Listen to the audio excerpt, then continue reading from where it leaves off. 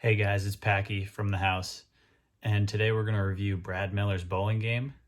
So let's jump All in. right, so today we're going to review Brad Miller's game, and we're going to talk about a couple keys that Brad uses to make his game, just three things that shape his game that make it really, really solid. And then we're going to give Brad one tip that he should work on a little more. And Brad did send me this video, so he is giving me permission to absolutely destroy his game and rip him apart.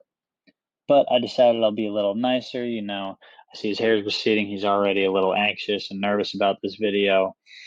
So we're going to talk about Brad's swing. So that's the first thing of the three that I'm going to go over that I think makes his game really good. So number one overall, Brad's swing.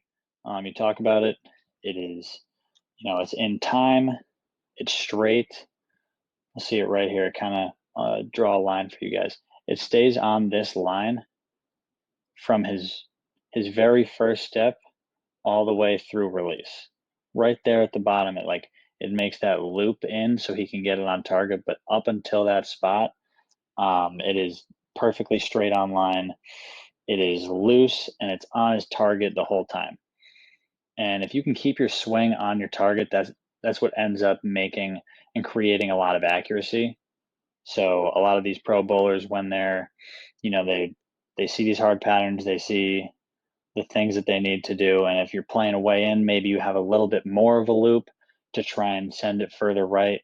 And if you're playing a little straighter, you see guys like, Chris Prather with the mega straight swing, throwing it pretty hard and firm up, hard and straight up the gutter.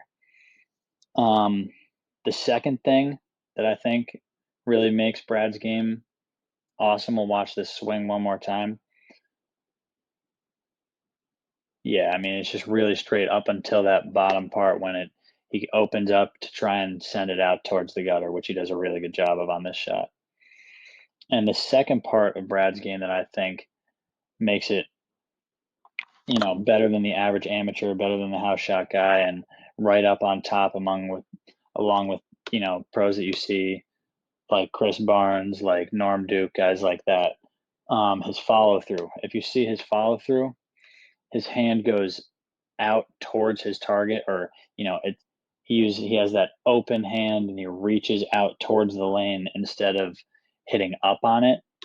And when players hit up on it, that creates inconsistency in terms of rev rate, accuracy. Again, back it up right here, and if you notice his elbow after release, it's not super bent. He doesn't come back. This is about as bent as his arm gets. He reaches for his target and he just doesn't grab at it, which is, huge when we're talking about the patterns that these guys bowl on. We're talking the best bowlers in the world averaging 220 to try and make a TV show, or 230 to try and make a TV show. And the fact that he reaches out and doesn't hit up on it so hard creates a lot of accuracy. So he can maybe not have the best ball reaction, but still compete with those guys who are up top. We'll watch one more time. You see how his hand is open at the top. His arm is super soft. He's not reaching back, touching his shoulder with his hand. And that'll bring us to the third part, which is also at the bottom.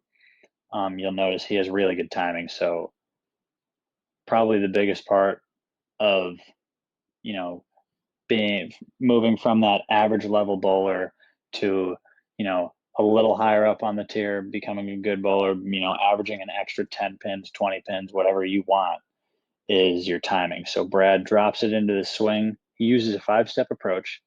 He drops the ball into the swing right here in step 2. And as you see, as this left leg crosses, the ball's going to come back behind him. He's going to open his hips up to swing it to the top. And then as he's sliding, so timing is the relation of the ball and your feet. So when you are at the very bottom of your swing, when you're about to release the ball, are you stopped sliding? Have you been stopped? Or have you let go of the ball and you're still sliding?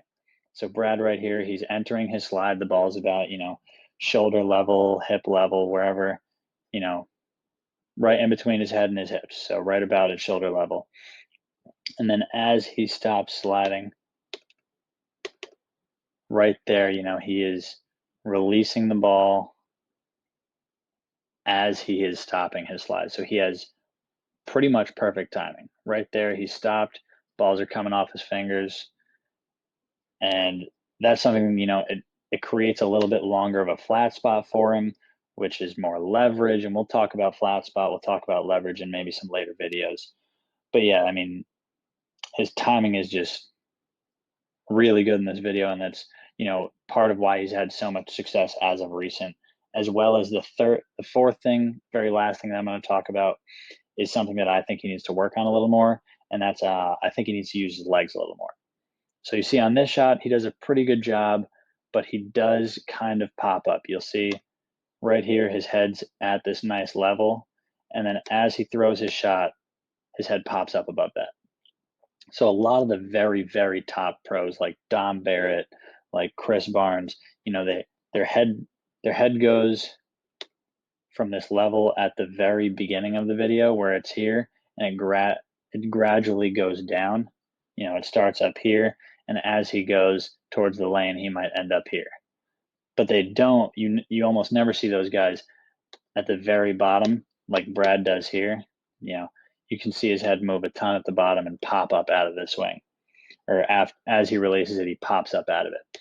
And that all comes, in my mind, that all comes from him using his legs. So you see, if he's at the top of the swing, his hips are here, and as he gets through the swing, his hips are here, which is great.